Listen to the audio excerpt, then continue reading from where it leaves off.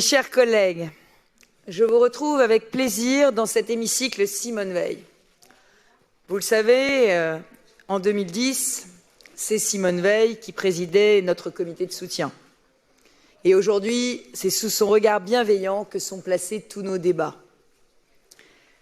La confiance des Franciliens m'honore et elle m'oblige. Je suis fière d'avoir à mes côtés des femmes et des hommes qui ont joint leurs différences et qui en ont fait une richesse. Leur diversité incarne le visage de l'Île-de-France. Une Île-de-France que je veux rassembler autour d'un grand dessein, celui de faire de notre région l'une des plus entreprenantes et des plus belles à vivre de France, voire même d'Europe. Alors je salue les élus d'opposition, et à travers eux, les Franciliens qui n'ont pas voté pour moi, mais qui savent qu'ils seront traités avec la même bienveillance attentive. J'adresse à chacune et à chacun de vous, notamment les nouveaux élus, un message de bienvenue. Alors un journaliste qui l'interrogeait sur son parcours, Simone Veil, eut cette réponse, je cite, « J'ai souvent l'impression d'être une femme alibi. » Alors je tiens à le dire ici, dans cet hémicycle, il n'y a pas d'alibi. Nous sommes tous personnellement comptables d'un bien précieux, mais fragile, qui a pour nom la démocratie. L'abstention historique qui a marqué ce scrutin, comme celui des municipales, nous dit beaucoup. Elle nous dit beaucoup sur l'hypercentralisation des pouvoirs et sur le procès en impuissance qui entoure les responsables publics. Elle nous parle de la France qui gronde en silence. Elle nous parle des Français qui n'y croient plus, de leur peur du déclassement. Mais je sais aussi qu'il existe dans notre belle région une soif d'avenir, un désir de fierté qui sont plus puissants que le désenchantement. Alors notre devoir, ce n'est pas de faire moins de politique, c'est d'en faire davantage et autrement. C'est d'assumer des valeurs et des convictions dans la clarté. Notre devoir, c'est d'agir inlassablement pour obtenir des résultats.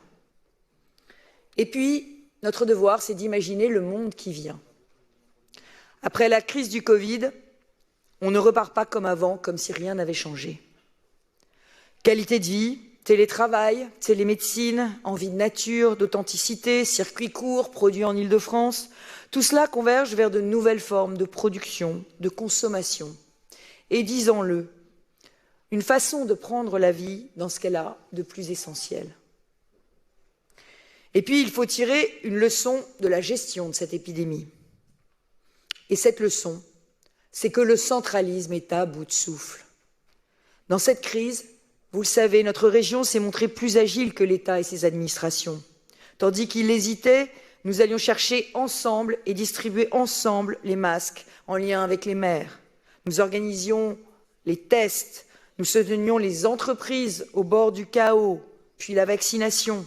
Bref, grâce à notre proximité avec le terrain, nous avions un train d'avance sur les autres. Alors oui, il faut revoir le centralisme. Cette pyramide bureaucratique, il faut que l'État accepte de lâcher prise. Les régions pourraient être plus percutantes sur l'emploi si Pôle emploi était décentralisé et regroupé avec toutes les missions locales et les missions pour l'emploi. Sur la santé, stoppons les lourdeurs administratives en plaçant les ARS sous la responsabilité des régions. Sur la construction, question vitale en Île-de-France, laissons à notre collectivité la responsabilité d'opérations d'intérêt régional qui permettraient d'accélérer les règles, d'écraser les normes calendaires habituelles. D'une manière générale, il faut arrêter avec la confusion engendrée par les compétences partagées et une fiscalité qui n'a plus ni queue ni tête. Alors oui, j'appelle à une France nouvelle.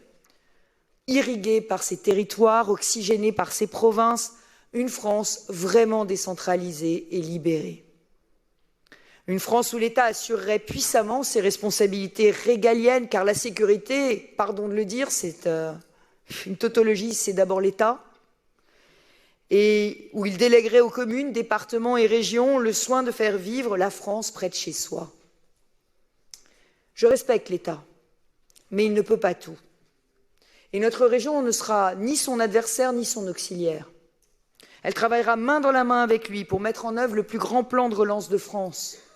Mais elle saura, quand ce sera nécessaire, lui dire non et elle prendra toujours ses responsabilités. Je les ai prises sur les questions de sécurité, de laïcité et de santé face au Covid. Certains me l'ont reproché. Mais lorsque les Franciliens vous interpellent avec angoisse, devons-nous répondre « ça n'est pas notre compétence » ? Non. Le fatalisme ne sera jamais notre ligne de conduite. L'immobilisme non plus, parce que les urgences sont devant nous. L'urgence économique et sociale d'abord, car notre région a été la plus frappée de France par la crise Covid. Nous devons aller chercher la croissance avec les dents, parce que le quoi qu'il en coûte ne durera pas. L'urgence écologique aussi, car notre région capitale est l'une des plus concernées par les dérèglements climatiques. Le dernier rapport du GIEC est un ultime signal d'alarme qu'aucune nation, qu'aucune région ne doit ignorer. L'urgence républicaine enfin, car c'est chez nous, plus qu'ailleurs, que la délinquance et les séparatismes doivent être combattus. Alors, devant ces urgences, je serai dans l'action et je le serai pour tous. Déterminé à servir l'intérêt régional avant les intérêts particuliers, déterminé à additionner l'énergie de tous les Franciliens et à ne laisser personne au bord du chemin. Pour moi, il n'y a pas des maires de droite et des maires de gauche, il n'y a que des élus de la République. Il n'y a pas un bon ou un mauvais côté du périphérique. Et à ce titre, je demanderai, vous le savez, un référendum sur l'avenir de cet axe stratégique. Je m'engage avec vous pour une Île-de-France fraternelle, en bleu, blanc, rouge. Une Île-de-France où la République est partout chez elle, respectée. Et lorsque ce respect est bafoué, alors l'autorité doit s'imposer sans trembler, car le laxisme, c'est l'antichambre du chaos. Et ce chaos, je le vois, quand nos forces de l'ordre, nos pompiers, nos enseignants sont obligés de reculer devant la violence. Il faut une nouvelle politique urbaine, il y a des ghettos à casser et des quartiers à reconstruire. Il y a une mixité sociale en voie de disparition qu'il faut rétablir avec une stratégie de peuplement maîtrisée et un plafond anti-ghetto de 30% de logements très sociaux. Je le dis, ajouter la misère sur la pauvreté, l'immigration illégale sur l'intégration ratée, tout ça mènera à la catastrophe. Alors à toutes les familles, nous rapporterons de la sécurité, de l'éducation, et une agence de la promesse républicaine pour réparer l'ascenseur social. Notre région sera aux côtés des quartiers populaires comme elle sera aux côtés des territoires ruraux qui ne sont pas les vestiges de la France d'hier. Bien au contraire, l'avenir leur appartient. Nous leur proposerons des classes d'enseignement supérieur dans chaque lycée rural. Nous appliquerons le principe de tout à 20 minutes, soins, écoles, commerce, équipements sportifs et culturels. Nous créerons l'agence Cap Rural, qui accompagnera les petites communes dans le montage de leurs projets. Notre rééquilibrage des investissements vers la grande couronne et la révolution des transports que nous allons accélérer réveilleront ces villes moyennes et ces villages que l'on disait endormis. Notre objectif, c'est de doubler l'offre de transport en commun.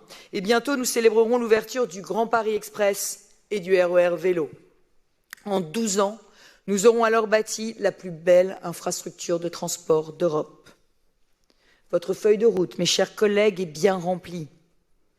Alors nous ne laisserons pas le temps au temps. D'ici la fin de l'été, nous voterons et commencerons à appliquer 80% de mes engagements. Ensemble, nous allons rallumer tous les moteurs de la croissance. Car comment créer de la justice sociale sans produire ? Je serai toujours aux côtés des entrepreneurs, des commerçants, des agriculteurs, des artisans. Je ferai confiance aux chercheurs, aux innovateurs et aux créateurs. De toutes nos forces, nous accompagnerons notre plan de relance. 13 milliards d'euros seront investis d'ici 2022. Ils le seront en faveur de nos transports, de la santé, de la transition écologique, de l'emploi des jeunes, avec notamment la création du revenu jeune actif de 4 000 € pour ceux qui s'engagent à se former aux métiers qui recrutent et la banque des jeunes. En faveur naturellement de nos entreprises, priorité sera donnée à celles qui travaillent, investissent et recrutent chez nous. Nous effacerons la dette Covid pour 7 000 d'entre elles qui ont été aidées par notre fonds résilience. Et nous créerons un fonds d'investissement pour épauler celles qui ont besoin de fonds propres. Tout notre défi, c'est d'allier croissance et écologie. La croissance sans écologie serait une folie. L'écologie sans croissance serait un suicide.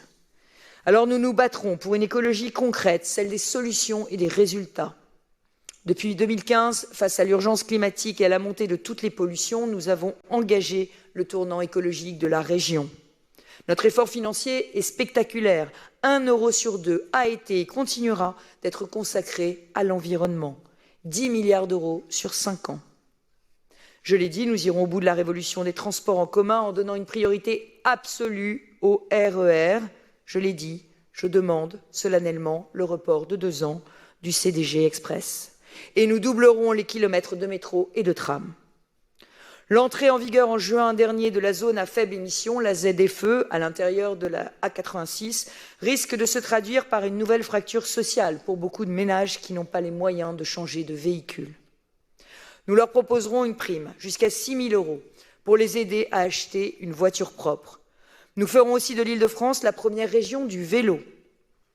Pour nos PME, nous mettrons en place un chèque écologique de 1 500 € pour encourager les pratiques vertueuses.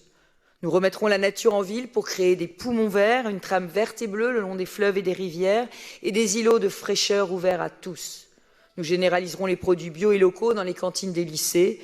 Nous poursuivrons le budget participatif environnemental régional de 100 millions d'euros par an. Mes chers collègues, la sécurité des Franciliens est l'une de mes priorités absolues, car il n'y a pas de république sans ordre, il n'y a pas non plus de laïcité sans fermeté sur nos principes. Avec notre bouclier de sécurité, nous continuerons de soutenir la police nationale, la gendarmerie, nos polices municipales que nous souhaitons voir armées. Nous continuerons d'étendre la vidéoprotection avec l'ouverture de 2 centres de supervision, l'un pour les transports, l'autre pour les lycées.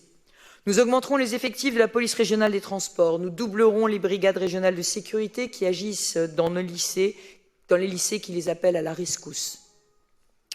Mais il manque à cette sécurité renforcée le pouvoir de dissuasion de la sanction. La justice est la grande abandonnée de nos politiques publiques. Trop de peines ne sont pas appliquées. Cette impunité nourrit la délinquance.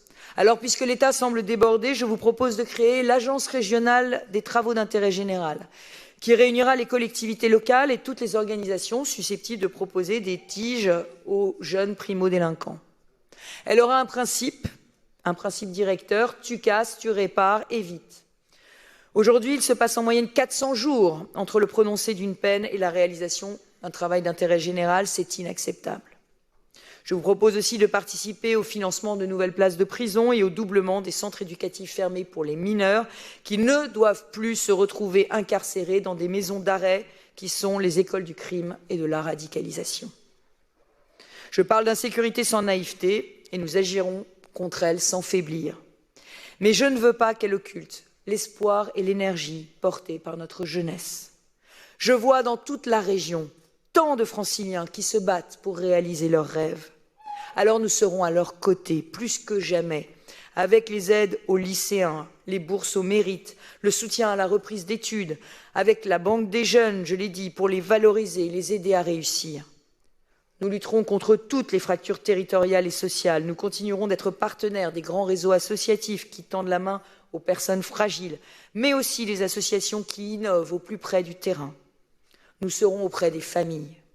Nous diviserons par 3 le prix du repas pour les lycéens défavorisés. Nous agirons pour l'accessibilité universelle et l'inclusion des Franciliens en situation de handicap. Nous nous battrons pour une santé de qualité pour tous et partout. Dans chacune des 280 villes de plus de 10 000 habitants, nous veillerons à l'installation de maisons de santé. Nous créerons la première mutuelle régionale de santé afin de réduire les tarifs des mutuelles jusqu'à 30 %. J'installerai l'agence de la promesse républicaine qui viendra en appui des décrocheurs scolaires, des jeunes en recherche d'orientation et des exclus des circuits de l'emploi. Une agence qui sera la défenseur des discriminés et le tremplin de l'égalité des chances. Nous serons auprès des adolescents que la crise Covid a souvent plongé dans une vraie détresse. Il y a 6 ans, vous le savez, nous avions 200 lycées vétustes, 20 000 élèves dans des préfabriqués. Alors nous avons fait le maximum pour rattraper le temps perdu. En 2027, tous les lycées seront neufs ou rénovés. Nous continuerons à les équiper d'ordinateurs, de Wi-Fi. Nous créerons une réserve régionale d'enseignants retraités pour prévenir l'échec scolaire. Nous amplifierons nos actions en faveur du sport et de la culture avec un pass Navigo-Culture qui ouvrira aux Franciliens les portes de 200 institutions culturelles. Nous serons les défenseurs du patrimoine. le patrimoine qui symbolise la France éternelle, mais tout autant, les promoteurs des artistes et des créateurs contemporains, parce que je n'opposerai jamais le patrimoine et la création. L'Île-de-France doit être dans le monde le foyer de tous les rayonnements artistiques et intellectuels. Alors nous pouvons être fiers de notre histoire et savoir admirer ses grandeurs. Nous devons nous plonger dans notre culture et nos savoirs. Elles sont nos armes contre la barbarie et contre le populisme. Voilà, mes chers collègues, les grandes lignes de notre projet. Il est ambitieux, mais ma détermination est sans faille. Nos finances sont en ordre. La solidité de notre gestion nous permet de rêver plus grand. Notre région est la seule à avoir baissé ses dépenses de fonctionnement et ses impôts sans augmenter sa dette. J'ai déménagé notre siège de Paris à Saint-Ouen parce que la région doit prendre sa part dans la renaissance de tous ces territoires. Dans 7 ans, en mars 2028, quand s'achèvera notre mandat, j'en ai la certitude, notre région sera encore plus forte, plus belle et plus solidaire. Notre responsabilité est grande, car notre Île-de-France, c'est un concentré de la France, avec ses plus grands atouts, mais aussi ses plus grandes fragilités, avec son unité républicaine qu'il faut restaurer, avec les progrès économiques et sociaux qu'il faut relancer, avec cette fierté française qu'il faut partager. Si nous réussissons ici, je vous le dis, nous serons source d'inspiration bien au-delà des frontières de notre région. Alors, chers collègues, au nom de tous les Franciliens, je vous dis merci de votre engagement et maintenant, au travail.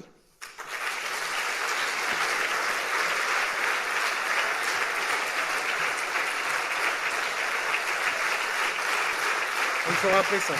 On va commencer par ça.